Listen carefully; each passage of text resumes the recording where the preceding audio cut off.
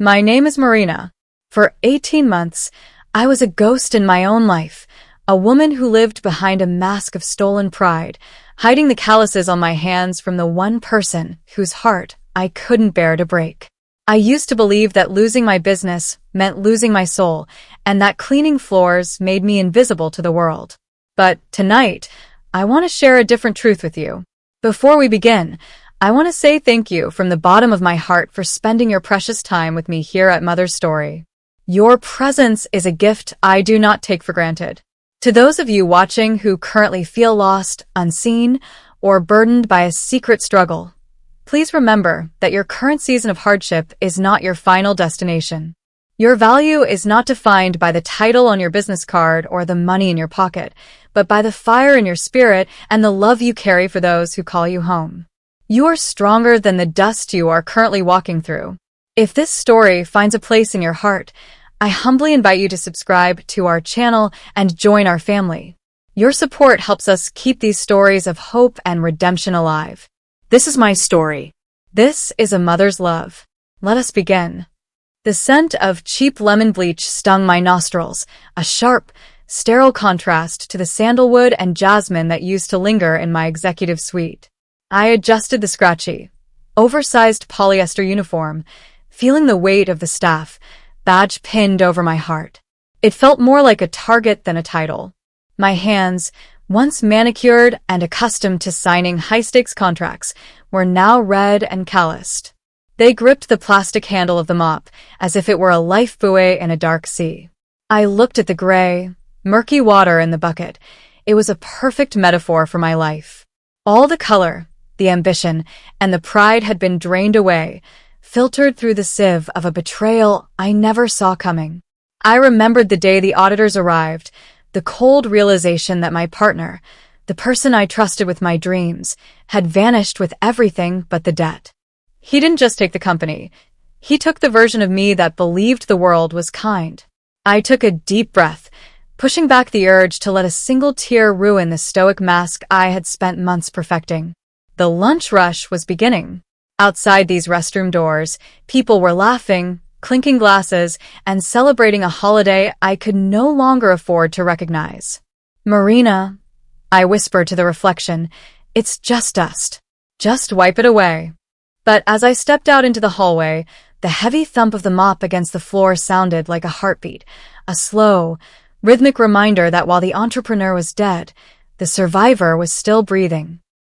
The vibration against my hip wasn't just a mechanical buzz. It felt like a low-voltage electric shock, a rhythmic intrusion that jolted me out of my forced trance.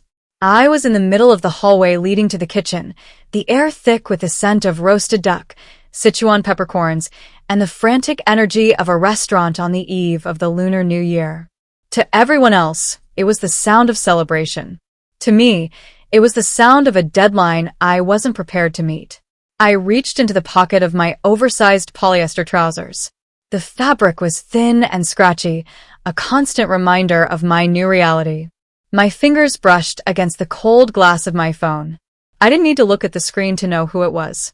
There was a specific urgency to the way it hummed, a persistence that only a mother's intuition could command. When I finally pulled it out, the word "mother" glowed in the dim light of the corridor. It flickered like a warning light. In that moment, a wave of nausea, cold and sharp, washed over me. It started in the pit of my stomach and rose to my throat, threatening to choke back the words I hadn't even spoken yet. How could I answer? How could I let her hear the voice of the daughter who was currently standing next to a bin of soiled napkins and a bucket of gray, soapy water? For years, our phone calls had been different. They had been victory laps. "Marina, I saw the article about your new branch," she would say, her voice vibrating with a pride so pure it made me feel invincible. "Marina, don't work too hard. Remember to eat the bird's nest soup I sent you." Back then, I was the golden child, the entrepreneur who had lifted our family name from the dust of the village to the heights of the city skyline. I was her masterpiece. Now, I was a ghost haunting the halls of a high-end restaurant I used to frequent as a guest. The vibration stopped. A heavy, suffocating silence followed, broken only by the distant clatter of a walk and the muffled laughter of a happy family in the main dining hall. I stared at the dark screen. My reflection stared back, hollow-eyed, skin sallow from long shifts and short nights, my hair tucked under a cheap, black net. I looked like a stranger to myself. If I couldn't recognize the woman in the screen, how could I expect my mother to? But then it started again. The buzz. The flicker. The ache. She wouldn't stop. She never stopped. In her mind, I was probably sitting in my glass-walled office, overlooking the city lights, perhaps finishing a late-night meeting before heading home to a luxury apartment she had only seen in photos.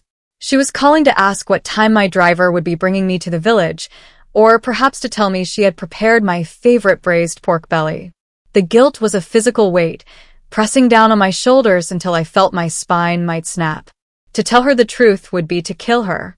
My mother didn't just love me. She believed in me. Her health was fragile. Her heart kept beating by the rhythm of my success. If I told her that the Marina Global Group was a hollow shell, that my partner had vanished with every cent of our capital and left me with a mountain of debt that I was currently paying off by scrubbing toilets, the shock would be fatal. I was caught in a cruel paradox. I loved her too much to tell her the truth, but I hated myself too much for the lie. I looked around frantically. A group of servers rushed past, their trays loaded with steaming plates of prosperity tossed salad. They didn't see me. To them, I was just part of the furniture, a shadow that moved when the floors were dirty. I needed a place to hide. I needed a backdrop that didn't scream poverty. I moved toward the VIP wing. This area of the restaurant was quieter, the carpets thicker, the wallpaper a deep, regal gold. It was the only place that looked even remotely like the life I used to own. My heart hammered against my ribs, a frantic, trapped bird. I reached the door of Private Suite 8. It was the Emerald Room, usually reserved for the wealthiest patrons. I knew it was occupied, but through the crack in the door, I saw that the guests had stepped out, likely to the balcony to watch the early fireworks or to the lobby to greet arriving relatives. The jacket was there. It was draped over a heavy mahogany chair.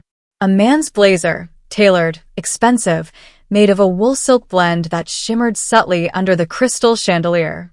It was a garment of authority. It was a garment of a life I had lost. I looked at my phone. The call was seconds away from going to voicemail for the second time. If I didn't answer now, she would panic.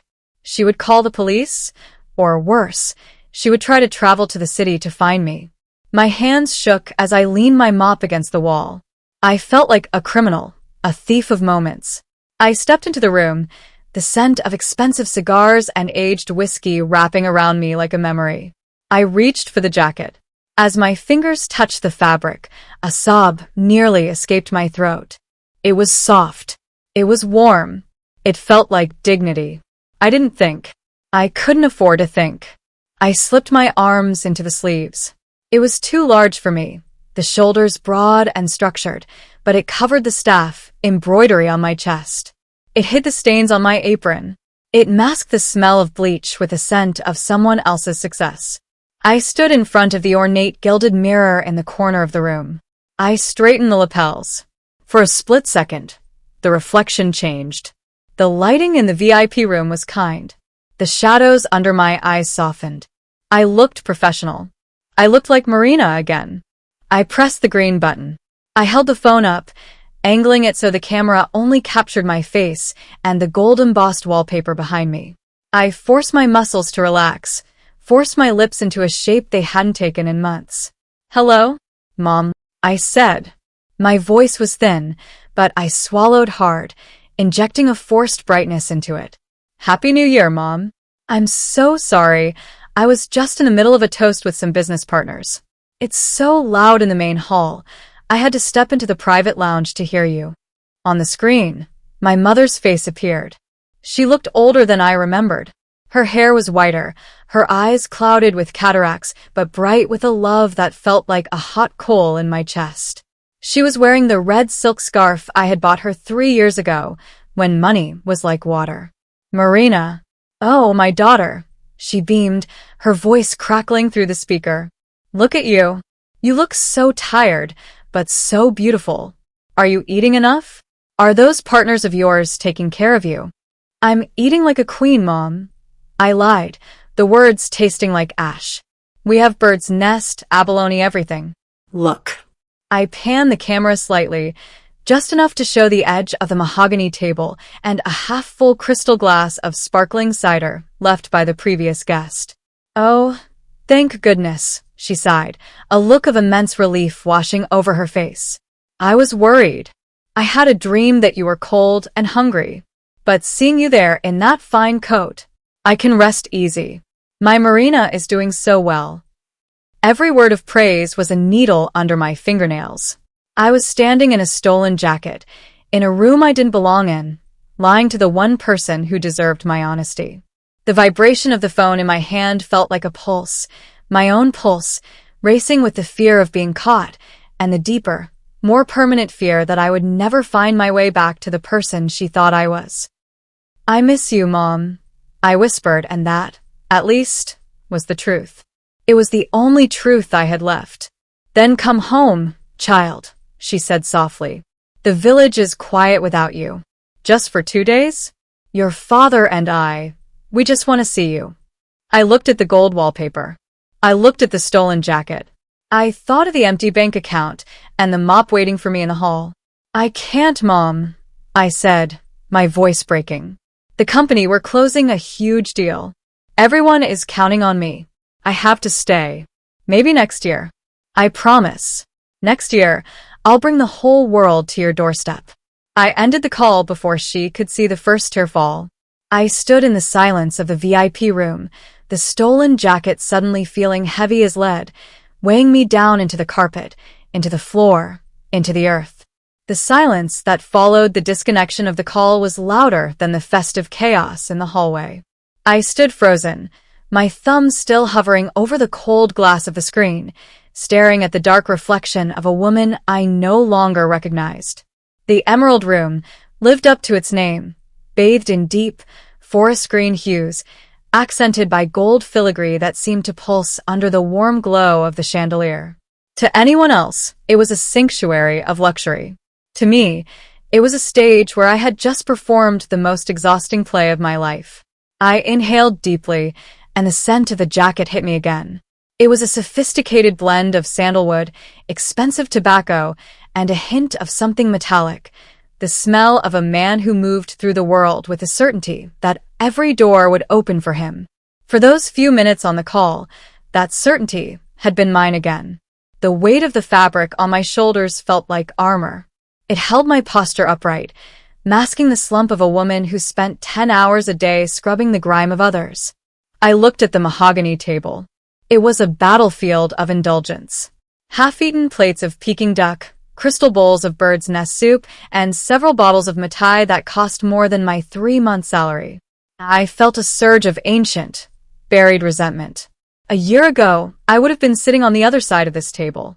I would have been the one complaining about the temperature of the wine or the speed of the service. Now, I was the shadow that was supposed to make the magic happen without ever being seen. Just one more minute, I whispered to the empty room. Just 60 seconds of being Marina again. I walked over to the floor-to-ceiling window. The city was beginning to explode in a riot of red and gold. Fireworks hissed into the sky, blooming like peonies before cascading into the dark river below. I imagined my mother in the village, looking at the same moon, her heart lightened by the lie I had just fed her.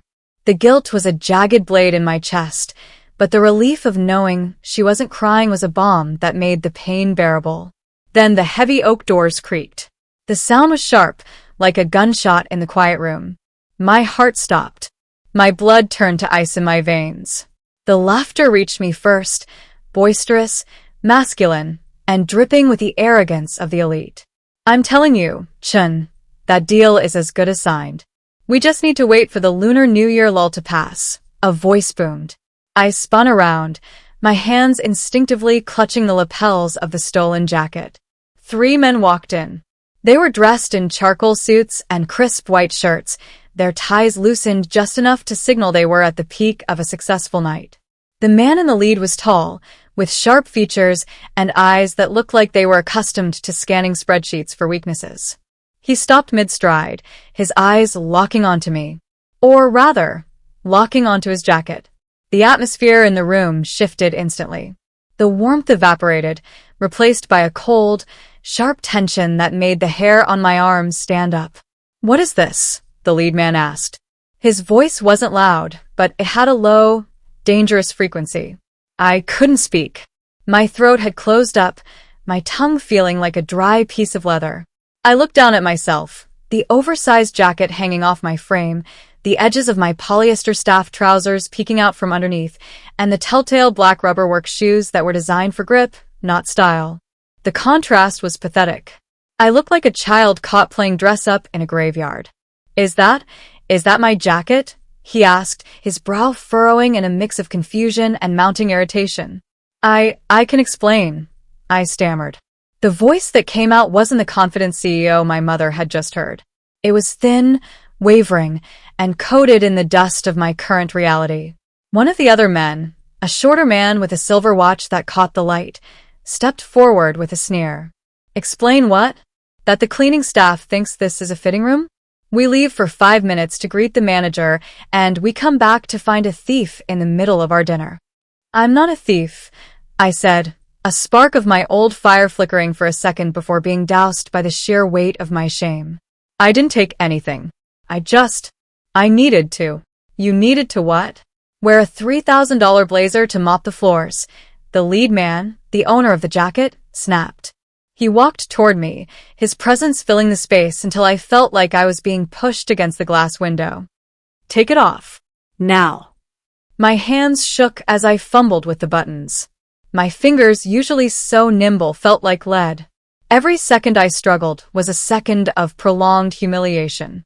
I could feel their eyes on me, not as a human being, but as a malfunction in the machinery of their perfect evening. To them, I was a bug in the system, a dirty smudge on a pristine lens. As I slipped the jacket off, I felt the cold air hit my thin staff shirt. The staff, Marina, badge seemed to glow with a cruel irony. I handed the jacket back with trembling hands, my head bowed so low I could only see the polished shine of his Italian leather shoes. "I am so sorry, sir," I whispered, the words tasting like poison. "It was a mistake. A terrible mistake." The lead man took the jacket, but he didn't put it on. He held it by the collar with 2 fingers, as if it had been contaminated. He turned it over, inspecting the fabric for stains or smells. "Do you have any idea how much this costs?" the man with the silver watch asked, stepping into my personal space. "People like you work an entire year and still couldn't afford a single sleeve of this garment. What were you doing? Taking pictures for your social media? Trying to pretend you're someone you're not?" His words hit closer to the truth than he knew. I wasn't just pretending to be someone else. I was pretending to be the person I used to be, the person he was currently talking down to. "I wasn't taking pictures," I said, my voice barely audible. "Then what? Were you looking for a wallet? Checking the pockets?" "No." I looked up then, the injustice of the accusation piercing through my shame. "I told you I'm not a thief. I was on a call with my mother." The room went silent for a beat. Then, the third man, who had stayed in the background, let out a short, dry laugh. "A call with your mother? And you needed a designer jacket for that? What? Does she have X-ray vision through the phone?" "It was a video call," I said, the tears I had been holding back finally beginning to sting my eyes. She thinks I'm still successful. She thinks I'm the one sitting at this table. I just didn't want her to see the truth. I didn't want her to know I'm a failure." The lead man, the one holding the jacket, stilled. He looked at me again, but this time, he wasn't just looking at the uniform. He was looking at my face, really looking at it. For a split second, I saw a flicker of something in his eyes. Not pity, but a shadow of recognition. Perhaps he, too, knew the weight of a mask. But the moment passed as quickly as it came. The shorter man stepped in between us, his face red with indignation. "I don't care if you're calling the Pope. You don't touch our belongings.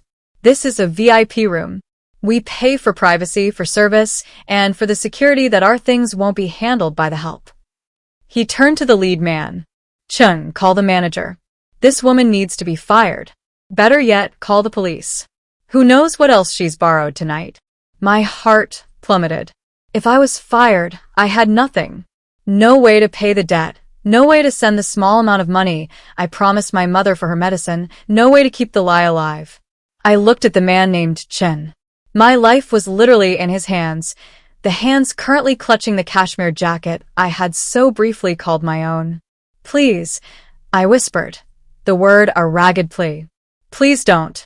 It's the new year. I'll do anything. I'll clean this room 3 times over. I'll leave, and you'll never see me again. Just, please don't call the manager. Chun looked at his friends, then back at me. He tossed the jacket onto the chair, the same chair where I had found it. The movement was dismissive, almost violent. Get out, he said, his voice cold and flat. But Chun, the silver watch man, started. I said get out, Chun repeated, louder this time, directed at me. Before I changed my mind. I didn't wait. I grabbed my mop, my bucket, and my shattered dignity. I backed out of the room, my eyes never leaving the floor. As the heavy oak doors clicked shut behind me, I heard the silver watch man mutter, unbelievable. The nerve of these people. I stood in the hallway, the smell of roasted duck now making me feel physically ill. I leaned against the gold wallpaper, my body shaking so hard the water in the bucket sloshed against the sides. I had survived the confrontation, but the stage had been burned down. The lie was still alive, but the cost of keeping it was beginning to feel like it would bury me alive. The screen of my phone was a tiny, glowing portal to a world I had abandoned, or rather, a world that had abandoned me. As the connection tone hummed, a rhythmic, digital heartbeat, I felt my own pulse hammering against the stolen silk of the jacket's collar. I stood perfectly still beside the mahogany table, the weight of the emerald room's luxury pressing in on me from all sides. I was a trespasser in a temple of wealth, a beggar wearing a king's mantle, waiting for the curtain to rise on a play I hadn't rehearsed, but had lived every day in my nightmares. Then the screen flickered. The grainy image of my mother's face appeared, illuminated by the dim, warm light of the oil lamp she kept on the small wooden table in her cottage. Seeing her was like being struck by a physical blow. She looked so small, her skin like crumpled parchment, her eyes bright with a hope that I was currently in the process of betraying. Marina? Is that you, my pearl? Her voice crackled, thin and wavering like a reed in the wind. I swallowed the lump of glass in my throat. I forced my facial muscles to shift, pulling my lips into a wide, radiant smile. The kind of smile that used to close multi-million-dollar deals, now repurposed to hide a bankrupt soul. Happy New Year, Mom. I chirped, my voice artificially bright. I made sure to hold the phone at a high angle, a trick I'd learned to hide the hollows of my cheeks and, more importantly, the rough polyester collar of my janitor's uniform that threatened to peek through the lapels of the borrowed blazer. Can you see me? The signal here in the VIP lounge is a bit spotty because of all the fireworks. Oh, I see you, she exclaimed, her hand trembling as she adjusted her glasses. Look at you, so elegant. That jacket, Marina, it looks so expensive. Like the ones the ladies in the old movies wear. You look like you belong in a palace. The praise felt like a hot iron pressed against my skin. It's just something I picked up for the season, Mom. Business has been, well, you know how it is. We've had a record-breaking quarter. My partners insisted we celebrate here tonight. I panned the camera slightly, just enough to catch the edge of a crystal decanter and a plate of untouched abalone glistening under the chandelier. The opulence was a weapon, and I was using it to shield her from the truth. Is that real gold on the walls? She whispered, her eyes wide with wonder. Only the best for my mother's daughter. I lied, the words tasting like copper and ash. We're having a 7-course feast. Abalone, sea cucumber, even some vintage wine. I wish you could taste it, Mom. I wish I could send it through the phone. In reality, my stomach was cramping with a hunger that had become a constant companion. My dinner had been a cold bun eaten in the supply closet, washed down with tap water. I looked at the feast on the table. food that would be thrown away in an hour, and felt a dizzying sense of vertigo. I was describing a life I once owned as if it were a dream I was still having. "Are your partners there, Marina?" "I don't want to interrupt your important meeting," she said, her voice dropping to a respectful hush. "They just stepped out to the balcony to watch the dragon dance," I said, my eyes darting toward the closed oak doors, praying that the lie would hold for just a few more minutes. "They're wonderful people, Mom. Very powerful. They respect me a lot. They call me the Iron Lady of the industry." I watched her face on the screen. The worry that usually etched lines around her mouth seemed to smooth out. She looked at peace. She looked proud. For her, the world was right. Her daughter was a success, a pillar of the city, a woman who had conquered the concrete jungle. As long as she believed that, she wouldn't worry about her medicine. She wouldn't stress about the roof leaks in the cottage. She would sleep tonight with a heart full of joy. "I'm so glad, Marina," she said, a tear of happiness tracing a path through the wrinkles on her cheek. "I pray for you every morning at the temple. I tell the gods to keep your path clear. I was so afraid when you didn't call last week. I thought maybe things were hard." My heart felt like it was being squeezed by a giant hand. I had skipped the call last week because I had been in the hospital with a chemical burn on my hand from a leaking bottle of industrial floor stripper. I had spent that night crying in a public ward, wondering if I would ever be able to use a pen again, let alone sign a contract. "Just busy, Mom. Just so busy," I said, my voice cracking slightly. I quickly masked it with a forced laugh. "You know how I am. Always chasing the next goal. But don't you worry about a thing. I'm sending the extra money for your heart medication tomorrow." My bonus came in early. I didn't have a bonus. I would have to work double shifts for the next 2 weeks, scrubbing the grease off the kitchen vents at midnight to make up that amount. But seeing her nod, seeing the relief in her eyes, made every future hour of labor feel like a privilege. "You work too hard, my pearl. Remember to rest. A mother's heart only wants her child to be happy, not just rich." "I am happy, Mom," I said, and as I looked at her, I realized it was the most complex lie I had ever told. I was miserable, exhausted, and humiliated, but in that moment, seeing her pride, I felt a strange, distorted version of happiness. If my suffering was the price of her peace, I would pay it 10 times over. The background noise of the restaurant suddenly swelled. A tray of glasses shattered somewhere in the hallway, and the muffled roar of the crowd grew louder. The reality of my world was beginning to bleed into the edges of the frame. "I have to go, Mom. The partners are coming back, and the main toast is about to begin. I have to give a speech." Go then. Don't let me keep you from your big moment," she said, blowing a kiss toward the camera. "I love you, Marina. I'm so proud to be your mother." "I love you too, Mom. More than anything." I pressed the red button, and the screen went black. The silence that followed was absolute, heavy, and suffocating. The emerald room felt smaller now, the gold walls closing in like the bars of a gilded cage. I stood there for a long moment, the phone clutched to my chest. The fake smile dropped from my face so abruptly it felt like my skin was falling off. The light in my eyes extinguished, leaving only the dull, flat stare of a woman who had just spent her last bit of emotional currency. I looked down at the jacket. It was beautiful, but it felt like lead. It didn't belong to me. Nothing in this room belonged to me. I was an actress on a set that was about to be struck.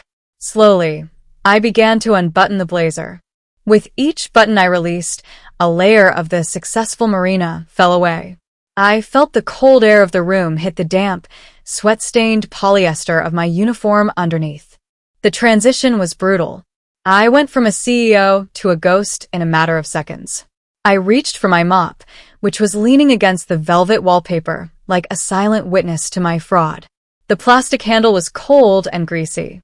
I looked at the table, the abalone, the wine, the feast of kings, and for the first time in months, I felt a spark of the old Marina. Not the one who owned the company, but the one who had the fire to build it from nothing. One day, I whispered to the empty room, my voice raspy and real. "One day, I won't have to borrow the jacket. But as the door handle began to turn, and the real owners of the room returned to reclaim their world, that one day felt like it was 1,000 lifetimes away. I tucked my phone back into my pocket, lowered my head, and prepared to become invisible once again. The red end call button on my screen felt like the trigger of a silent explosion. When the screen went black, the world rushed back in. Not the world of mahogany and crystal I had just pretended to inhabit, but the world of grease, damp floorboards, and the relentless, rhythmic thud of a distant bass beat from the restaurant's sound system. I stood in the shadow of the hallway, my back pressed against the cold, floral-patterned wallpaper, feeling as though I had just committed a crime for which there was no pardon. "I can't, Mom," I had told her. Those 3 words were the heaviest things I had ever carried. I could still hear her voice echoing in the chambers of my mind, that fragile, papery tone that sounded like dried leaves skittering across a courtyard. It was the voice of a woman who was counting the days not in sunrises, but in heartbeats. She didn't want money. She didn't want the abalone I had described or the silk jackets I had lied about. She wanted my hand in hers. She wanted the smell of the city to be replaced by the smell of home, of wood smoke, fermented soy, and the damp, sweet earth of the village after a rainstorm. Hanging up that call felt like severing my own lifeline. For as long as we were talking, I was still her Marina. I was still the girl who had made it. The moment the connection cut, the cord to my previous life snapped, leaving me adrift in a sea of gray suds and broken dreams. I closed my eyes and allowed myself, for just a moment, to remember the village. During the Lunar New Year, the air there would be thick with the scent of incense and firecracker sulfur. My father would be busy repairing the red lanterns that hung by the gate, his fingers stained with crimson dye. My mother would be in the kitchen, her apron dusted with flour as she pleated dumplings with a precision that defied her arthritic joints. In previous years, my arrival had been a spectacle.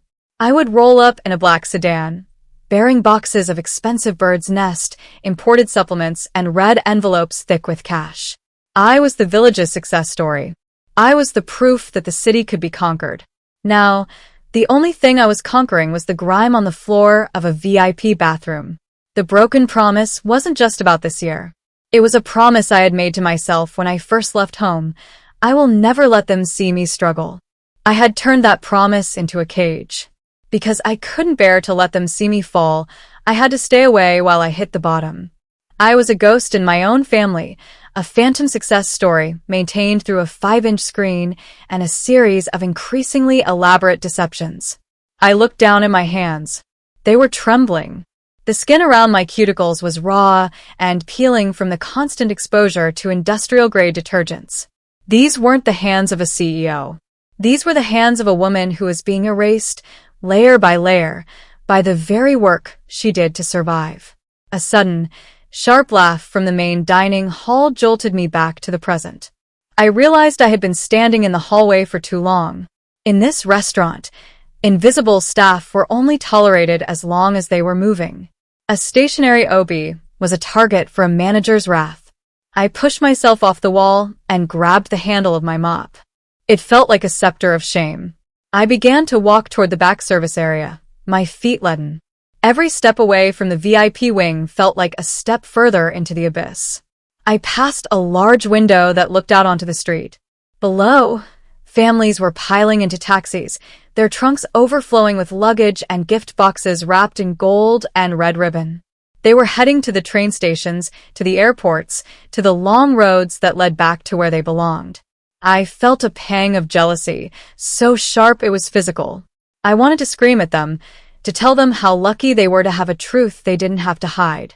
I wanted to throw away the mop and run until the neon lights of the city faded into the starlight of the countryside. But the debt held me in place like an iron shackle. The shame kept me anchored.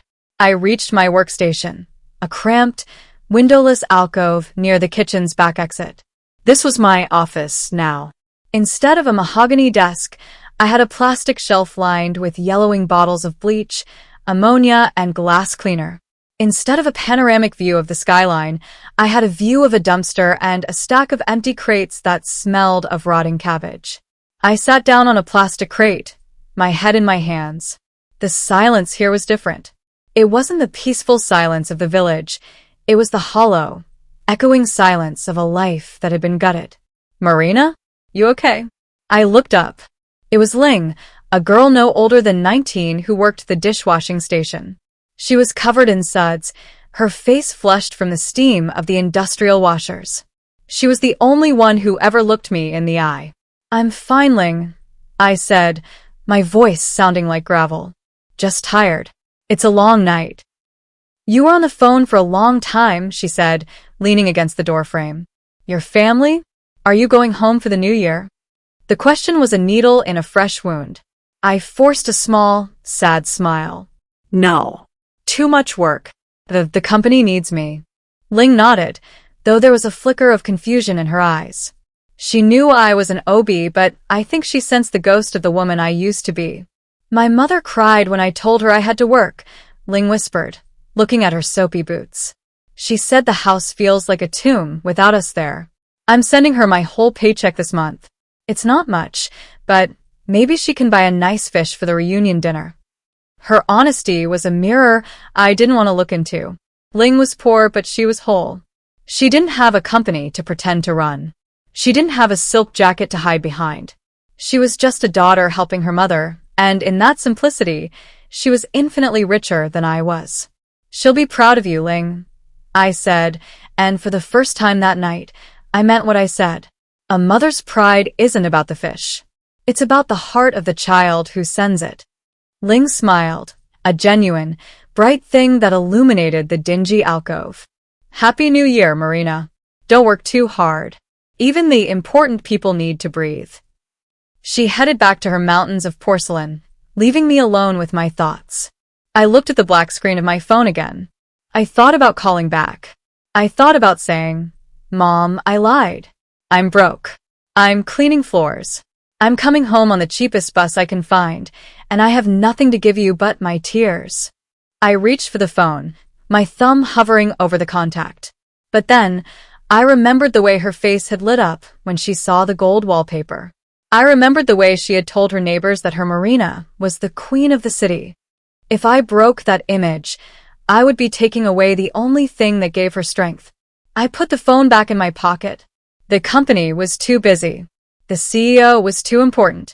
The lie was too heavy to drop, so I would continue to carry it, even if it crushed the life out of me. I stood up, gripped the mop, and stepped back out into the hallway. The new year had officially begun. The fireworks were peaking, the sky outside turning into a canvas of fire and light. Inside, I was just a woman in a polyester uniform, moving toward the next spill, the next mess, the next hour of a life I didn't want. The promise was broken. The lifeline was severed. But as I pushed the mop across the tile, I whispered a silent prayer to the gods of my ancestors. Keep her happy. Keep her proud. And please, just let me survive one more year of being a stranger to myself. The click of the heavy oak door was a sound I will never forget. It wasn't a loud noise, but in the sterile, suffocating silence of my finished lie, it sounded like a guillotine blade dropping into place. I was still standing by the window, my hand clutching the lapel of the jacket as if it were a shield. My phone was still warm in my pocket from the heat of my mother's voice. I didn't even have time to breathe, to exhale the persona of the successful CEO before the world of the Emerald Room was reclaimed by its rightful kings. The three men walked in, their laughter cutting off mid-breath as their eyes landed on me. The air in the room, which had felt so warm and golden just seconds ago, turned to ice. What the hell is this? The voice belonged to the man in the charcoal suit, the one who had left the jacket. His name, I'd heard the waiters mention, was Mr. Chin. He didn't look like a man who was used to surprises. He looked like a man who bought and sold surprises for breakfast. I stood paralyzed. The jacket, which had felt like armor during the call, suddenly felt like a lead weight, dragging my shoulders down toward the floor I was supposed to be scrubbing. I could feel the sweat beginning to prickle at my hairline. I was caught in the ultimate act of trespassing, not just into a room, but into a life I no longer had the right to touch. Sir, I can explain, I whispered. But even as the words left my lips, I realized how hollow they sounded. How do you explain to a man of his stature that you stole his identity for 5 minutes so your dying mother wouldn't lose her will to live? Mr. Chen took 2 long strides toward me. He didn't yell. His anger was far more terrifying than that. It was quiet, precise, and utterly cold. He reached out and gripped the sleeve of his jacket, and pulled it. Not hard enough to tear it, but hard enough to make me stumble. "You're wearing it," he said, his voice dripping with disbelief. "You actually put it on." "I didn't mean any harm, You just what?" The shorter man with the silver watch stepped up beside him, his face twisted in a sneer of pure disgust. "You thought you'd see how the other half lives? You thought because you have the keys to the room, you have a right to the things inside it? Look at you." He gestured wildly at me, and I felt the sting of his gaze like a physical lash. "You're a cleaner. An OB. You're the person we pay to be invisible," the silver watch man continued, his voice rising. "And here you are, sweating into a $3,000 bespoke blazer. Do you have any idea how disgusting that is? The sheer nerve of someone like you touching someone else's property. Someone like me." The words fractured something deep inside my chest. A year ago, I had sat in chairs like these. I had worn fabrics like this. I had been the one giving orders, not receiving insults from men who smelled of expensive cognac and unearned arrogance. But that Marina was dead, buried under a mountain of debt and betrayal. The Marina standing here was exactly what they saw, a smudge on the glass of their perfect evening. "Take it off," Mr. Chen commanded. My hands shook so violently that I couldn't find the buttons. Every second of my struggle was a fresh humiliation. I felt like a stray dog caught wearing a silk ribbon. I finally managed to undo the buttons, and as I slid the jacket off my shoulders, the transition was brutal. The cold air of the VIP room hit the damp, cheap polyester of my uniform. The staff badge, pinned crookedly over my heart, seemed to mock me. I handed the jacket back to him, my head bowed so low I could only see his polished Italian leather shoes. They were spotless. They were perfect. They were a reminder of the gap between us that no amount of dreaming could bridge. "I am sorry, Mr. Chen," I said, my voice breaking. It was a moment of weakness. I was on a call with my mother. She's sick, and she thinks I'm still someone important. I didn't want her to see me like this. A dry, harsh laugh erupted from the third man in the back. "A call with your mother? That's the best you can do? The sick mother routine? Did you take a selfie too? Going to post it online and pretend you're a big shot?" "No," I whispered. "I would never." "You're a thief," the silver watch man snapped, stepping closer until I could smell the sharp tang of the mutai on his breath. "You're an identity thief and a common looter. What else is in your pockets? Did you take the cufflinks? Did you check the wallets left in the coats?" "I didn't touch anything else. I swear." I looked up then, my eyes blurred with tears I refused to let fall. "I am not a thief. I was a CEO. I had a company. I know what it's like to sit where you are." The room went deathly silent. For a heartbeat, I saw a flash of something in Mr. Chen's eyes, a flicker of curiosity, maybe even a shred of pity. But then it was gone, replaced by the hard, impenetrable mask of his class. "A CEO," he repeated, his voice flat. He looked down at my red, calloused hands that spent 8 hours a day in soapy water and bleach. He looked at my cheap, rubber-soled work shoes. He looked at the plastic bucket and the mop leaning against the gold-leafed wall behind me. The silence stretched, agonizing and cruel. He didn't have to say it. The reality said it for him. If I had been a CEO, I wouldn't be here. In their world, success was a permanent state of being, and failure was a contagious disease. By admitting I had fallen, I hadn't gained their respect. I had only confirmed their contempt. "If you were a CEO," Mr. Chen said softly, leaning in, "then you should know better than anyone that the world doesn't care about your excuses. It cares about results. And right now, the result is that you are a servant who violated the trust of this establishment." He turned to the silver watch man. "Call the manager. Tell him we found a thief in the Emerald Room. Tell him I want her gone tonight, and I want her blacklisted from every restaurant in this district." No, please, I gasped, my dignity finally shattering into the 1,000 jagged pieces I had feared. I dropped to my knees, not out of a desire to beg, but because my legs simply would no longer hold the weight of my shame. Please, Mr. Chen. I have nothing. If I lose this job, I can't pay for her medicine. I can't even afford the bus to see her. It's the new year. Please have mercy. They didn't even look at me. The silver watch man was already pulling out his phone, his face set in a grim expression of self-righteousness. To them, they weren't destroying a life. They were simply cleaning up a mess. I stayed on the floor, my forehead nearly touching the thick, plush carpet. I felt the rough texture of the fibers against my skin. It felt like the world was closing in, the gold walls of the VIP room becoming the bars of a cage I would never escape. My mask was gone. My secret was out. And as the harsh words continued to flow above me, I realized that the hardest part wasn't being caught. It was the realization that even in a stolen jacket, I could never hide the smell of the dust I had become. The floor of the emerald room was soft, shamefully soft. As I knelt there, the plush fibers of the expensive carpet pressed against my shins, a mocking contrast to the cold, hard tiles I spent my days scrubbing. Above me, the air was thick with the scent of vintage wine and the sharp, jagged edges of their contempt. The man with the silver watch had his phone out, his thumb poised over the screen to summon the manager, the man who would effectively end my life by casting me back into the gutter without a reference or assent to my name. For a moment, I wanted to disappear. I wanted the gold-leafed walls to swallow me whole, to let the dust I spent my life cleaning become my shroud.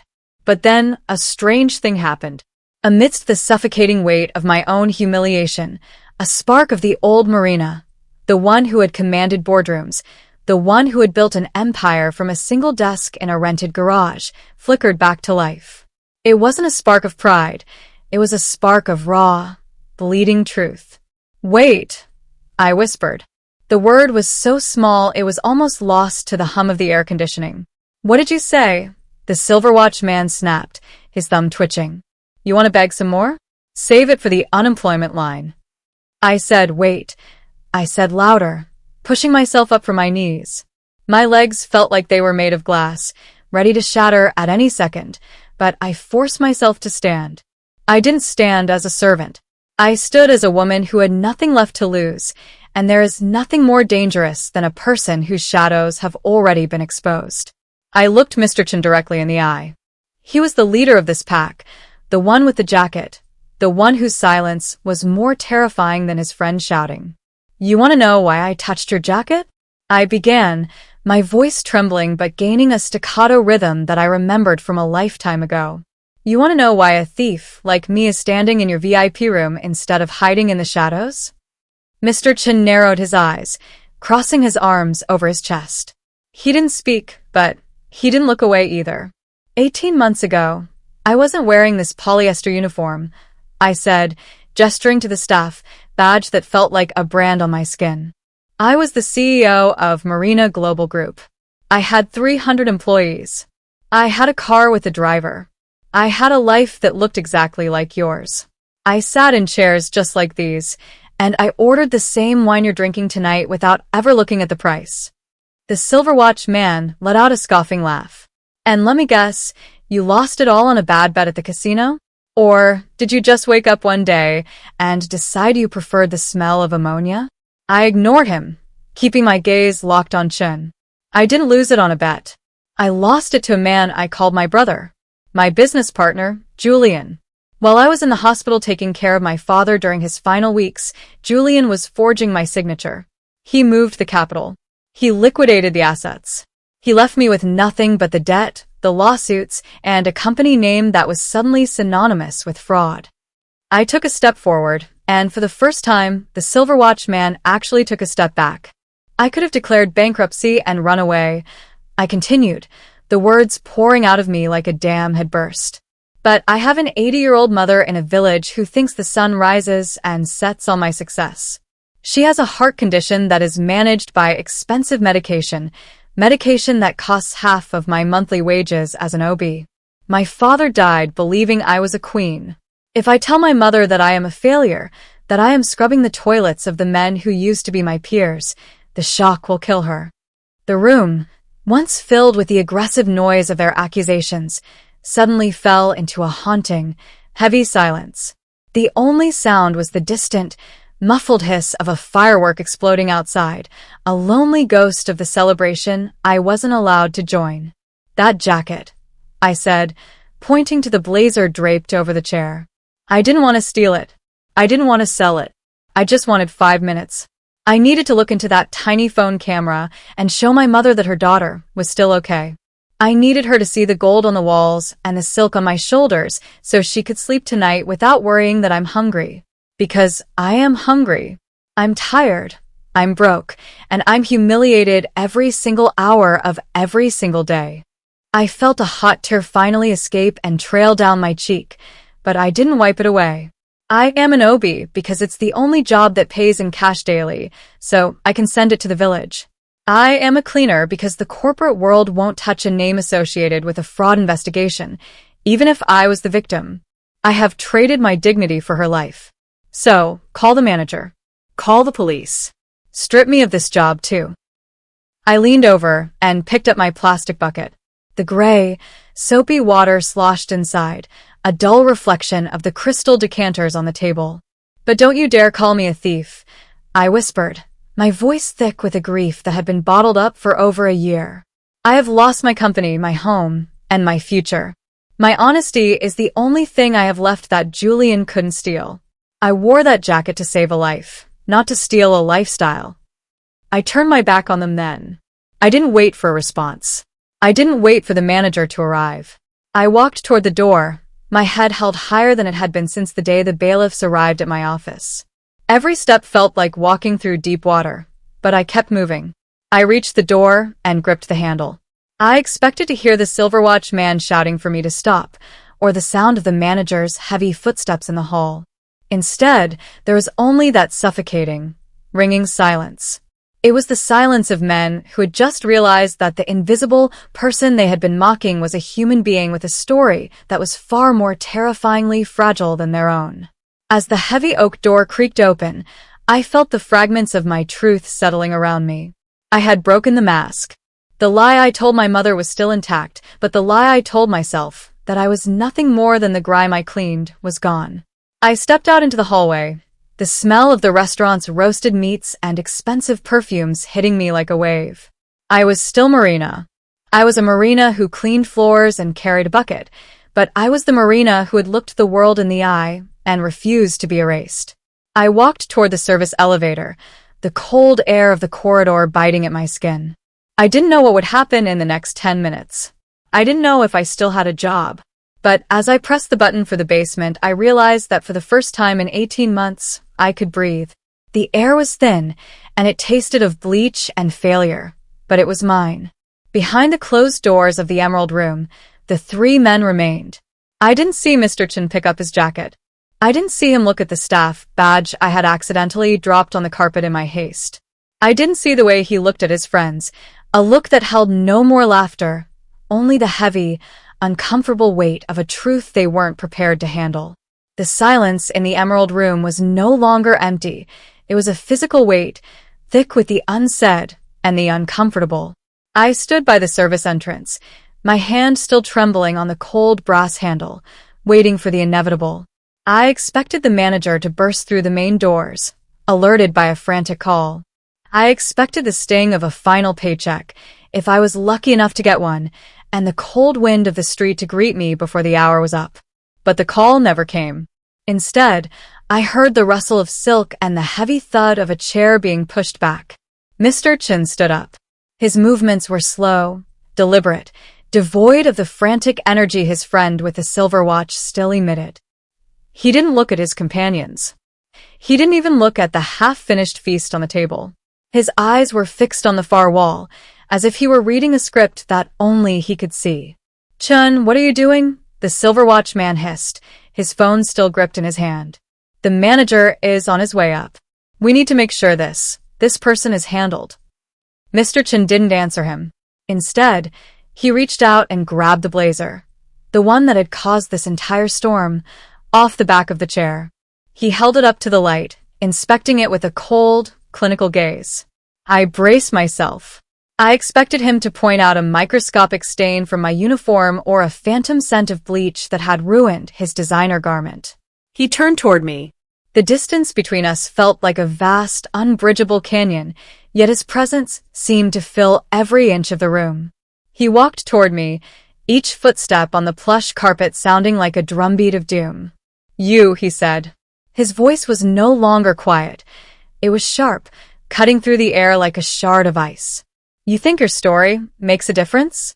You think a few tears and a tale of a lost empire change the fact that you touched something that wasn't yours?" I didn't answer. I couldn't. I just lowered my head, staring at the flecks of gold in the carpet pattern. "Look at this," he barked, shaking the jacket in front of my face. "It's ruined. The lining is wrinkled. It smells of work. It smells of the common air you breathe." I am so sorry, sir," I whispered, the words feeling like dry leaves in my mouth. "Sorry doesn't fix a $3,000 piece of tailoring," he shouted. The sudden volume made me flinch. Behind him, his friend smirked, emboldened by his apparent rage. "I can't wear this now. I won't have the stench of a janitor clinging to my skin while I'm trying to close deals. It's contaminated." He bunched the jacket up into a ball, a violent, disrespectful gesture toward a garment so fine.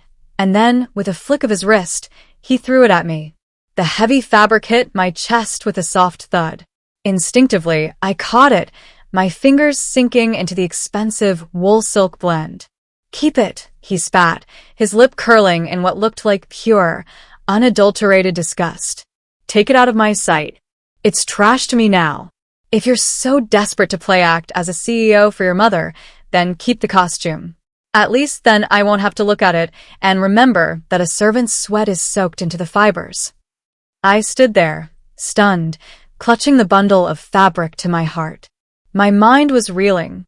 He was insulting me, degrading me, calling me trash and contaminated, yet he had just handed me something that was worth more than 6 months of my labor. "Chun, you can't be serious," the silver watch man protested, stepping forward. "That's a limited edition. You can just have it dry cleaned. Don't give her the satisfaction of—" I said it's trash. Chun roared, turning on his friend with a ferocity that made the shorter man jump. "My mood is ruined. This dinner is ruined. I'm leaving." He turned back to me, his eyes burning with a strange, dark intensity. "And you, don't think this is a gift. It's a disposal. I'm tired of looking at you, and I'm tired of this room. Get out and take your empire with you before I change my mind and call the police myself." He didn't wait for a reply. He swept past me, his shoulder brushing mine with enough force to send a jolt through my body. His friends followed, casting one last look of disdain in my direction. The silver watch man muttered something about bleeding hearts and wasted money, but he didn't stay to argue. The heavy oak doors slammed shut behind them, the sound echoing through the emerald room like a final chord. I was alone. I stood in the center of a luxury I had so briefly coveted, clutching the trash jacket to my chest. I waited for the anger to fade, for the sting of his insults to settle into the familiar ache of my daily life. Contaminated. Stench of a janitor. Trash.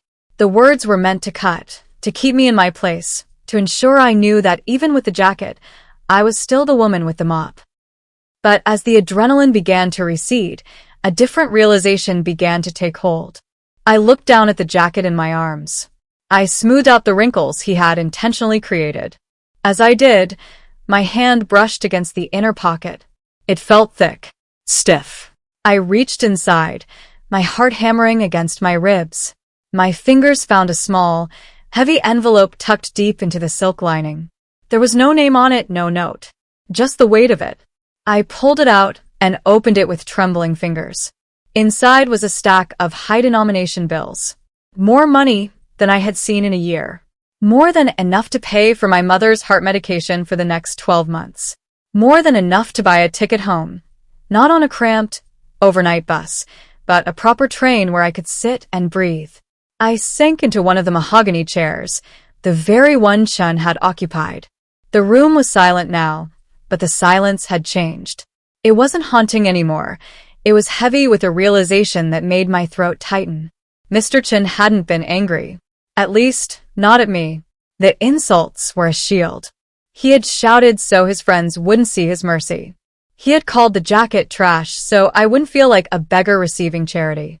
He had preserved my pride by wrapping his kindness in a cloak of rage.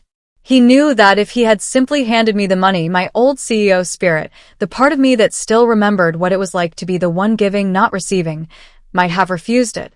He gave me a way to accept help without having to say thank you to a man who had just insulted me. He had given me a costume, but he had also given me the means to make the costume real. I buried my face in the silk lining of the jacket. It didn't smell like work or bleach. It smelled like sandalwood, power, and a hidden, secret grace. I let the tears fall then. Not the tears of a victim, but the tears of someone who had been seen. Truly seen. I realized then that the world wasn't just made of betrayers like Julian or bullies like the man with the silver watch. There were people who operated in the shadows of their own status. People who understood that sometimes the only way to help someone with a broken heart is to let them keep their dignity, even if you have to play the villain to do it. I stood up, wiping my eyes with the back of my hand. I tucked the envelope back into the pocket and put the jacket on. It was still too big, but this time I didn't feel like a thief. I felt like a survivor who had been given a new set of armor. I picked up my mop and my bucket. I had to finish the floor. I had to leave this room spotless, not because it was my job, but because it was the only way I could repay the man who had just saved my life. As I pushed the mop across the floor, I looked at the gold wallpaper one last time. It didn't intimidate me anymore. It was just paper and pigment. The real gold was in my pocket, and the real strength was back in my spine. I would finish my shift. I would go to the station. And this time, when I called my mother, I wouldn't have to whisper. I would tell her I was coming home. And for the first time in 18 months, that wouldn't be a lie. The heavy oak doors had clicked shut, but the echoes of Mr. Chen's insults still vibrated in the air like a lingering fever. I sat there, perched on the edge of the velvet chair, my hands still buried in the silk lining of the jacket. The envelope was there. I could feel its weight against my palm, but a new, colder terror was beginning to seep through the initial shock of his mercy. I looked at the table. It was a landscape of excess that now looked like a crime scene. There were silver platters with skeletal remains of steamed fish, bowls of birds' nest soup that had turned cold and gelatinous, and 3 bottles of vintage Matai, their porcelain caps tossed aside like discarded shells. To these men, this was just a Tuesday night. To me, this was a financial death sentence. In the high-end world of city dining, there was a brutal protocol. If a VIP table walked out or left in a fit of rage because of a staff member's insolence, the cost of the damage was often clawed back from the employee's wages. My mind began to spin a web of frantic, desperate mathematics. A bottle of that liquor alone cost more than my rent for a year. The abalone, the premium tea, the room service fee, the total would be astronomical. Even with the envelope in the jacket, I felt a crushing weight in my chest. What if the money inside was just for the medication? What if the restaurant held me liable for the entire bill because I had offended the guests? My meager salary as an OB was already stretched to its breaking point. I would have to work for years, unpaid, a ghost in the machine, just to settle the debt of this 1 hour of borrowed luxury. What have I done? I whispered, my voice lost in the vast, gilded emptiness of the room. The victory of telling my truth felt hollow now. I looked at the scraps of food, the literal leavings of the powerful, and felt a wave of nausea. I was a mere cleaner, as the Silver Watch man had so cruelly reminded me.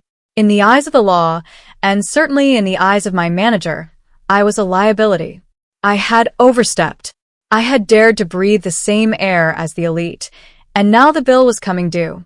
I felt utterly, completely defeated by the world. The fire that had flared up when I spoke my truth was being extinguished by the cold, hard reality of economics.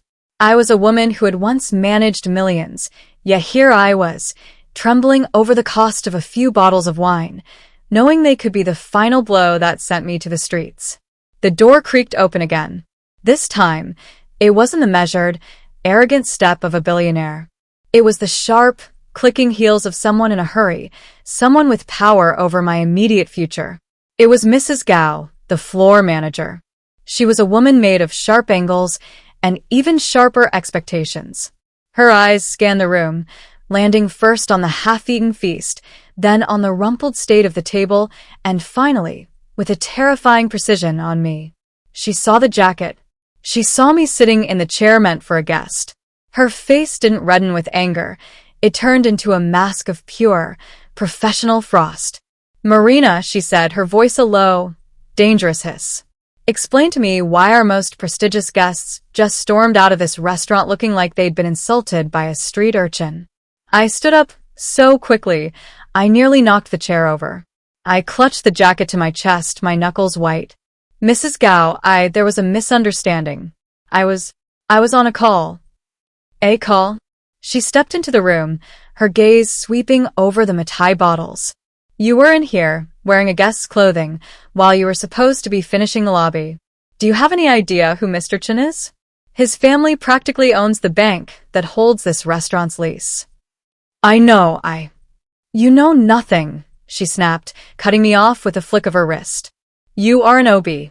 You are hired to be part of the floor, not the conversation. Because of your misunderstanding, a 5-figure bill has been left hanging in the air. Mr. Chen didn't sign the slip. He didn't leave a card. He just left." She walked toward me, and I felt the walls of the emerald room closing in. The gold leaf seemed to tarnish before my eyes. "The policy is clear, Marina," she continued, her voice devoid of any empathy. "When a staff member's gross misconduct results in a loss of revenue, the establishment seeks restitution. I will be speaking to the owner, but you should prepare yourself. You won't just be losing your job tonight. We will be holding your final pay, and if that doesn't cover the scraps on this table, we will involve the authorities for the theft of services." The word theft again. It followed me like a shadow. "Please, Mrs. Gao," I pleaded, my voice cracking.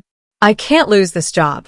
I have a mother who—" "We all have stories, Marina," she said, her eyes as cold as the marble in the lobby. "But stories don't balance the books. You made a choice to play act at being a guest. Now you get to pay the price of one." She pointed toward the door. "Get out of that jacket. Put it on the table. Go to the locker room and wait for the security guard to escort you out. You are done here." I looked at the jacket. I felt the envelope inside. For a second, I considered pulling the money out and throwing it at her, showing her that I wasn't the beggar she thought I was. But then I remembered the sandalwood scent of Mr. Chen's kindness. This money was for my mother's heart, not for Mrs. Gao's ledger. If I gave it to the restaurant now, I would be choosing my own comfort over my mother's life. I stood my ground, though my knees felt like water. I didn't take off the jacket. I didn't bow. "Mr. Chen gave me this jacket, Mrs. Gao," I said, my voice steadier than I felt. "He called it disposal, but he handed it to me. It is my property now." Mrs. Gao laughed, a short, ugly sound. "Your property? A $3,000 blazer on a woman who smells of bleach? Don't be absurd. You'll leave it here, or I'll call the police for theft right now." I felt the fear behind the scraps peaking. It was the fear of a woman who had been stripped of everything once and was now watching the last threads of her dignity being pulled away. I looked at the table. The cold fish, the spilled wine, the remains of a world I no longer belonged to. I felt the defeat. I felt the weight of the bill I couldn't pay. But then, the door opened for a third time. It was the head waiter, a young man named Tao, who usually avoided eye contact with the cleaning staff. He was holding a leather-bound folder, his face pale and sweating. "Mrs. Gao," he stammered. "Wait. You need to see this." "Not now, Tao. I'm handling a termination," she barked. "No, ma'am, you don't understand," Tao said, stepping forward and opening the folder. "I just checked the digital ledger at the front desk. Mr. Chen, he didn't just leave. He used his phone to settle the bill before he even hit the elevator." Mrs. Gao froze. "He settled it? The whole thing?" "Everything," Tao said, his voice filled with awe. "The food, the vintage liquor, the room fee, and he added a 15,000 yuan service gratuity. But there's a note attached to the electronic receipt. Mrs. Gao snatched the folder from him. Her eyes darted across the screen of the tablet inside. As she read, the frost on her face began to melt, not into warmth, but into a profound, confused shock. I stayed silent, my heart hammering a frantic rhythm against my ribs. Mrs. Gao looked up at me, her gaze lingering on the jacket I was still clutching. She looked back at the screen, then back at me. Her posture shifted. The sharp angles of her shoulders softened, and for the first time, she looked small. "What does it say?" I whispered. Mrs. Gao cleared her throat, her voice suddenly losing its edge. "It says, the service tonight was exceptional. The staff member in the Emerald Room reminded me of the true cost of dignity. Ensure she is compensated for her time. If she is harassed or penalized for my departure, my family's business will find a new venue for our Lunar New Year Gala." The silence that followed was absolute. I looked at the scraps on the table. They weren't a death sentence anymore. They were just leftovers. The defeat I had felt, the crushing weight of the world, began to lift, replaced by a dizzying sense of wonder. Mr. Chen hadn't just given me an envelope and a jacket. He had given me protection. He had used his power to shield the invisible woman from the very system that sought to crush her. "Marina," Mrs. Gao said, her voice now strained with a forced politeness that made my skin crawl. It seems there has been a significant misunderstanding. On my part." I didn't answer her. I didn't need to. I reached out and picked up my mop, which was still leaning against the wall, a silent witness to my trial. "I'll finish the floor now, Mrs. Gao," I said quietly. I turned away from her and began to push the mop across the floor, working my way around the grand table. I moved the mop with a grace I hadn't felt in years. With every stroke, I was wiping away the fear. I was wiping away the defeat. I was still a cleaner. I still had a bucket of gray water. But as I looked at my reflection in the polished gold of the baseboards, I didn't see a victim. I saw a woman who had survived the scraps of the world and come out with her soul intact. I had been tested by the management, by the bill, and by my own terror. And through the grace of a stranger who chose to be a villain, to save a soul, I had passed. The steam from the industrial dishwashers in the back galley rose like a thick, white ghost, wrapping around the stainless steel counters and dampening the stray strands of hair that had escaped my net. The adrenaline that had sustained me through the confrontation in the Emerald Room was beginning to ebb, leaving behind a bone-deep weariness that made my limbs feel like they were cast in lead. I had returned to the service area, moving on autopilot, my mind a whirlpool of Mr. Chen's sandalwood scent, Mrs. Gao's frozen face, and the staggering weight of the envelope still tucked inside the silk-lined jacket. I found myself back in my small alcove, the narrow sanctuary where my mop and bucket stood like silent sentinels of my fall from grace. I leaned against the cold brick wall, closing my eyes and trying to reconcile the Marina who had been insulted 5 minutes ago with the Marina who had been protected by the same man's shadow. "Marina?" The voice was soft, barely a whisper over the roar of the exhaust fans. I opened my eyes to find Ling standing there. She looked different. The usual weary slouch of her shoulders was gone, replaced by a strange, wide-eyed alertness. She was clutching a small, unassuming black drawstring bag, the kind the restaurant used to pack expensive chocolates or jade-topped wine stoppers for departing VIPs. "Ling." I straightened up, my hands instinctively reaching for the handle of my mop, a habit of a woman who expected to be reprimanded for standing still. "Is the manager looking for me again? I'm going back out. I just needed a moment to—" "No," Ling interrupted, her voice trembling with an emotion I couldn't quite place. She stepped closer, her rubber boots squeaking on the wet linoleum. She looked around to ensure we were alone, then held the black bag out to me as if it were a sacred relic. "They're gone, Marina. Mr. Chun and his friends. They left through the private elevator." I nodded, the memory of the slamming oak door still fresh. "I know. Mrs. Gao told me they settled everything." "It wasn't just the bill," Ling whispered, thrusting the bag into my hands. The man with the sharp eyes, Mr. Chin, he caught me in the service hallway as they were leaving. He looked right at me, Marina. He didn't look through me like everyone else does.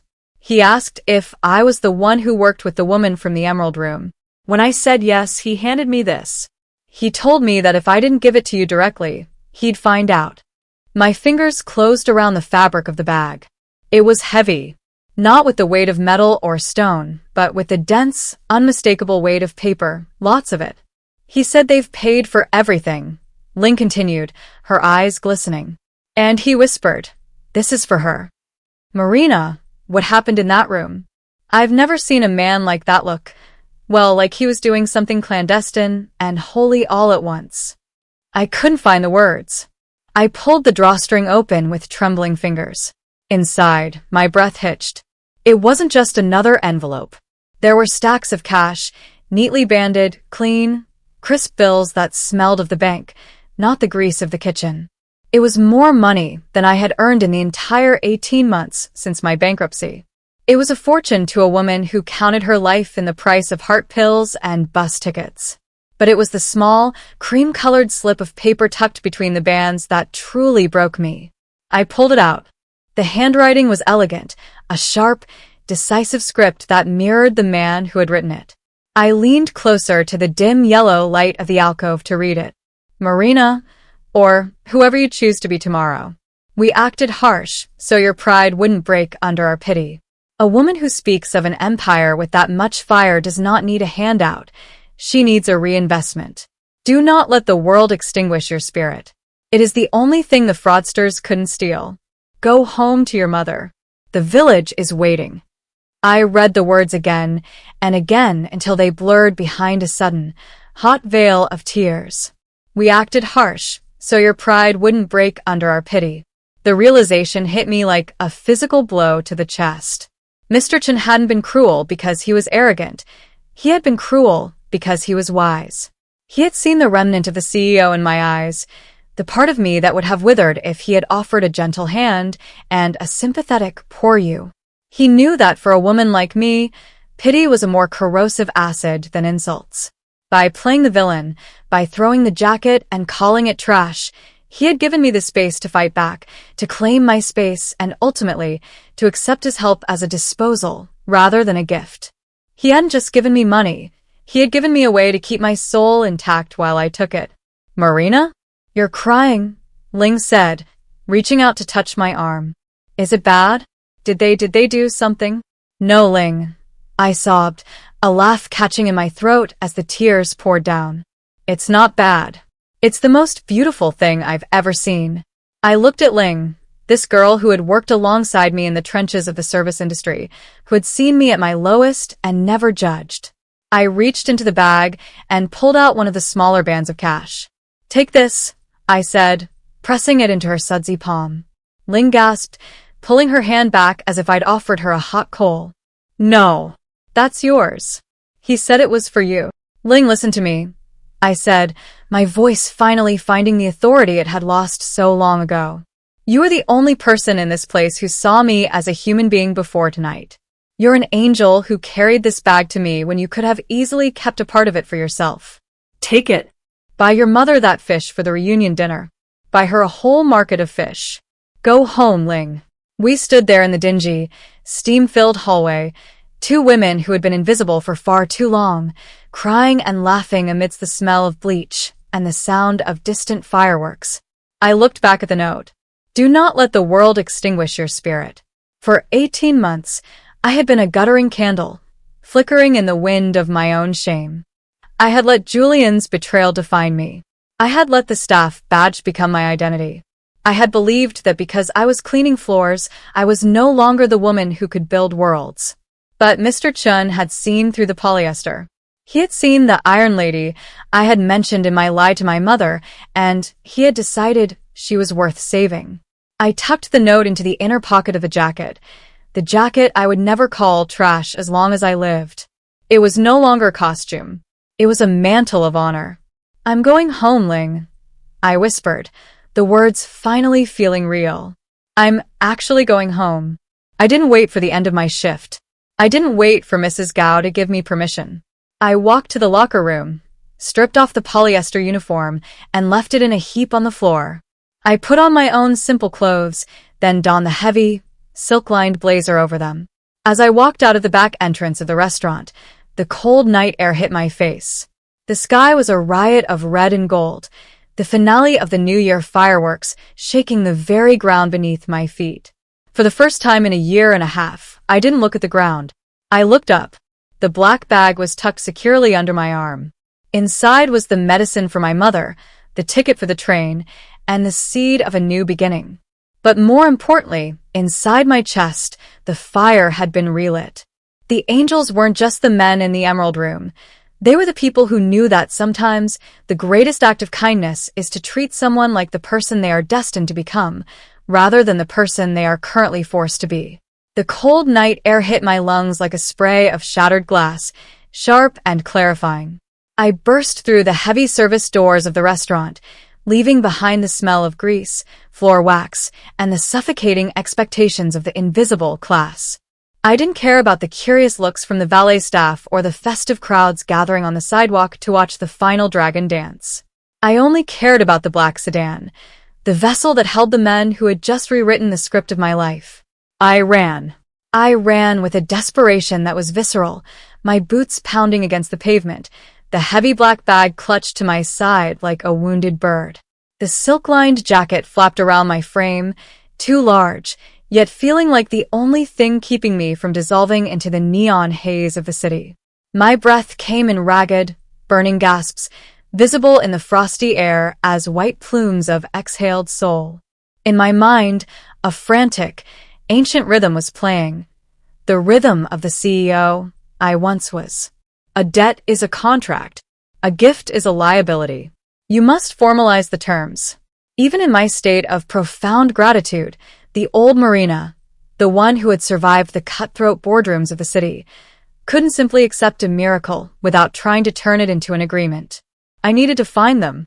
I needed to tell them that this wasn't charity. It was a loan. I needed to promise them, with every fiber of my being, that I would return every cent with interest, that I would be a name they would hear again in the echelons of success. I reached the VIP parking structure just as a sleek, midnight black sedan began to pull away from the curb. The taillights glowed like two angry rubies in the dark. "Wait!" I cried out, my voice sounding small and raspy against the cacophony of distant fireworks and celebratory cheers. "Please wait." The car slowed. For a heartbeat, I thought they would keep driving, leaving me to shout at the exhaust fumes. But then, the brake lights intensified, and the car came to a smooth, silent halt. The rear window glided down with a soft, mechanical hiss, revealing the shadowed profile of Mr. Chin. I skidded to a stop beside the door, my chest heaving, my hair a tangled mess across my face. I looked like a madwoman, a specter of the restaurant's basement rising to haunt the elite. I leaned over, my hands on my knees for a second as I tried to force my lungs to cooperate. I found it, I managed to say, gesturing vaguely to the bag and the jacket. The bag. The note. The money. Mr. Chin didn't move. He didn't smile. He sat in the plush leather interior of the car, bathed in the soft blue glow of the dashboard lights, looking every bit the sovereign of the city. His eyes remained fixed on me, unblinking and deep. "I can't just take this," I blurted out, the words tumbling over each other. I reached into the bag, my fingers fumbling with the bands of cash. "I mean, I will. I have to, for my mother. But I want you to know, I'm writing down your name. I'm going to find your office. This is a loan, Mr. Chin. A private equity investment. I will pay you back every yuan with 12% interest as soon as I am back on my feet. I'll give you a promissory note. I stopped. I stopped because Mr. Chin wasn't looking at me with the cold, calculative gaze of a lender. He wasn't looking at me with the pity that I had so desperately feared. He looked at me with a silent, heavy understanding. It was a look I had seen only a few times in my life, usually in the eyes of veterans who had survived the same war or survivors who had climbed out of the same wreckage. It was a look of kinship. It was a look that said he knew exactly what it felt like to have the world stripped away, and he knew exactly what it felt like to be the only person left standing in the ruins of one's own ambition. The two men beside him, the one with the silver watch and the other companion, were silent too. Their previous arrogance had evaporated, replaced by a somber, almost respectful stillness. They weren't looking at the Obi anymore. They were looking at Marina. "Marina," Mr. Chen said. His voice was no longer sharp or performatively angry.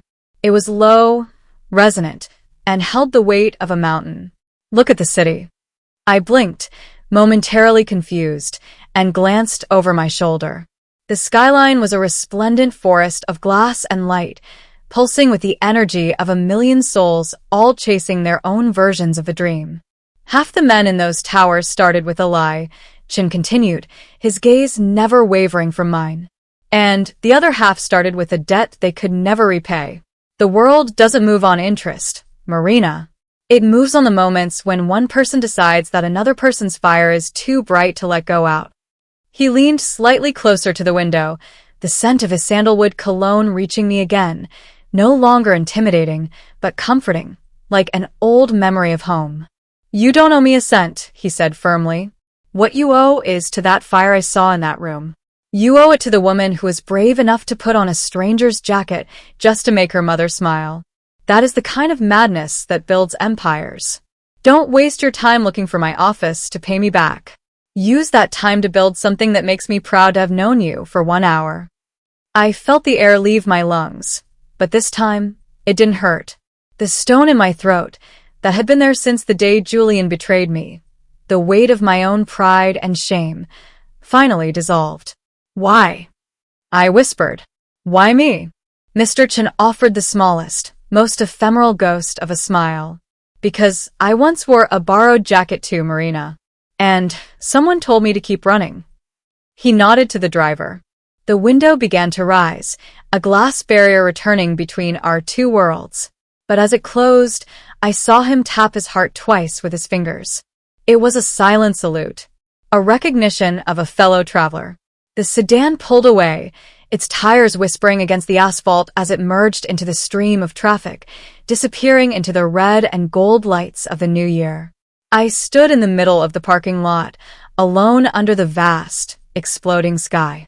A stray firework hissed overhead, bursting into a shower of emerald sparks that mirrored the name of the room I had just fled. I looked down at my hands. They were still red, still calloused, still the hands of a woman who had spent 18 months scrubbing the grime of the city. But as I stood there, I felt a transformation that was deeper than clothes or money. The staff uniform I had left on the locker room floor wasn't just a garment. It had been a shroud. Tonight I had been resurrected. Not by the money but by the fact that I had been seen. I was no longer a ghost haunting the hallways of the wealthy. I was Marina. I turned and began to walk toward the train station. My pace was no longer a run. It was a steady, purposeful stride. I passed a group of revelers throwing confetti, and for the first time in a year, I didn't flinch or look away. I let the colored paper fall on my shoulders. I let the light of the neon signs wash over me. I was chasing the light, but I realized I was no longer chasing a light that existed outside of me. The light was in the bag. It was in the note. It was in the memory of a stranger's silent salute. As I reached the grand entrance of the central station, the clock struck midnight. The new year had arrived. The year of the survivor. I looked at the departures board, my eyes scanning the list until I found it, the small, rural station 300 miles away. My home. I reached into the pocket of the oversized jacket, my fingers brushing against the note one last time. "Go home to your mother. The village is waiting." I took a deep breath, and for the first time it didn't taste like bleach. It tasted like wood smoke. It tasted like dumplings. It tasted like a future. I walked toward the ticket counter, my head held high, the borrowed jacket draped over me like a promise kept. The train ride was a rhythmic passage through time and memory. As the high-speed rail carved its way through the darkness, the neon luminescence of the city began to bleed away, replaced by the vast, silent stretches of the countryside. I leaned my forehead against the cool glass of the window, watching my own reflection flicker against the backdrop of the passing mountains. In that reflection, I didn't see the woman who had spent 18 months hiding in the shadows of a restaurant. I saw a woman who was finally coming back into the light. The "Keep Fighting, Marina" echoed in the chambers of my heart, a steady drumbeat that synchronized with the clatter of the tracks. I clutched the black bag against my chest, feeling the solid weight of the bills and the brittle edge of the note. That night at the restaurant, I had been convinced that my worth was tied to the title on my business card or the gold leaf on the walls. But as the train slowed to a halt at a small, windswept station 300 miles from the city, I realized that I was no longer a failure. I was Marina, a woman who had been tested by the fire and refused to turn to ash. I was a woman loved by the universe, not for what I had, but for who I was willing to become to save the people I loved. The station was exactly as I remembered it, a modest concrete platform surrounded by a sea of rustling bamboo and the sharp, clean scent of damp earth. The air here was different. It didn't taste of exhaust and chemicals. It tasted of wood smoke and the promise of rain. I stepped onto the platform, the oversized silk-lined jacket draped over my shoulders. It was a strange sight for a rural village, a piece of the high city elite standing amidst the mud and the mist. But I didn't feel out of place. The jacket was no longer a borrowed identity. It was my armor, a trophy of a battle won in the quietest, darkest corners of my life. The walk to my mother's house was a journey through the terrain of my childhood. I followed the winding dirt path, my boots crunching on the gravel. Every landmark was a memory. There was the old stone bridge where I used to catch minnows. There was the crooked willow tree where I had first dreamed of leaving the village to conquer the world. I had left with such arrogance, believing that the city was a prize to be taken. I was returning with a humility that was far more powerful than the pride I had lost. As I approached the small, whitewashed cottage at the end of the lane, my heart began to race. The red lanterns hung by the gate, their light flickering in the pre-dawn breeze. The paper was peeling at the edges, and the paint on the gate was fading, but to me, it was the most beautiful sight on earth. I stopped at the gate, taking a deep breath. I was not a CEO. I was not the queen of the city my mother believed me to be. I was a daughter with red, calloused hands and a story that was etched in the grime of 1,000 floors. But I was also a daughter who had found the courage to be herself. I pushed the gate open. It creaked with a familiar, welcoming groan. The front door opened before I could even reach it. My mother stood there, a thick wool shawl wrapped around her narrow shoulders. She looked older than she had on the screen, more fragile, her hair a silver halo in the dim light. She squinted into the mist, her hand shielding her eyes. "Marina," she whispered, her voice a fragile thread of hope. "Is that you, my pearl?" I dropped my bag and ran to her. I didn't care about the expensive jacket or the money or the dignity I had spent so long trying to protect. I threw my arms around her, burying my face in the scent of her lavender soap and wood smoke. "I'm home, Mom," I sobbed, the tears finally flowing freely. "I'm finally home." She held me, her hands, small and arthritic, stroking my hair with a tenderness that made the last 18 months of suffering feel like a distant dream. "I knew you would come," I told the neighbors. "My Marina is busy, but she will never forget the way home." She pulled back, her eyes scanning my face. She looked at the jacket, her fingers brushing the fine wool. "Look at you, you look so successful, Marina. This coat, it must have cost a fortune." I looked at her, and for a split second, I felt the old urge to lie, to tell her about the fictional boardrooms and the imaginary deals. But then I remembered Mr. Chen's look of kinship. I remembered Ling's sudsy palm. I remembered the note that told me not to let the world extinguish my spirit. The truth and the lie had been warring in my soul for months. But in the quiet of the village morning, I realized they didn't have to fight anymore. The lie was a gift of peace I had given her when she was too weak to carry the truth. The truth was the strength I had found in the struggle. They were two sides of the same coin. The coin of love. "The jacket was a gift, Mom," I said, and for the first time, it wasn't a lie. From someone who saw me for who I really am. And who is that? She asked, her eyes twinkling with a mother's secret knowledge. A fighter, I said, a small, genuine smile playing on my lips. A daughter who would do anything for you. I picked up the black bag and led her back into the house. The interior was warm, the smell of braised pork belly filling the small kitchen. I sat at the wooden table, the one I had dreamed of while I was eating cold buns in a supply closet, and watched her pour the tea. I reached into the bag and pulled out the money, but I didn't present it as a bonus or a profit.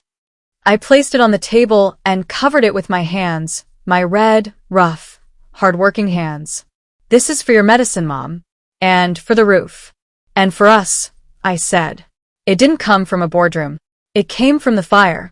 It came from a place where I had to learn what real value is. She didn't ask for details. She didn't demand a balance sheet. She just placed her hand over mine, the warmth of her skin seeping into my bones. As long as you are here, Marina, we are rich enough. We sat there in the quiet of the Lunar New Year morning, two women who had survived the world in their own ways. I knew that the road ahead wouldn't be easy. I still had debts to settle, a name to clear, and a new life to build from the ground up. But I wasn't afraid. I had the jacket of a stranger, the wisdom of a survivor, and the love of a mother who didn't need me to be a queen. The sun began to rise over the bamboo groves, casting a golden light across the kitchen table. The Emerald Room was 1,000 miles away, but I realized that I had carried the only thing that mattered out of that room. I was Marina. I was no longer a ghost. I was anchored in the earth, fueled by the fire, and ready to build a new empire. One that wasn't made of gold leaf and mahogany, but of honesty, resilience, and the courage to look the truth in the eye and smile. The walk home was over. The journey had just begun. Kindness often wears a mask of sternness. Thank you for staying until the end of this story. It is an honor to share these emotions with you. Have you ever experienced an unexpected act of kindness when you were at your lowest? Let's talk in the comments. If you find comfort in these stories, please consider subscribing to Mother's Story. Your support means the world to us.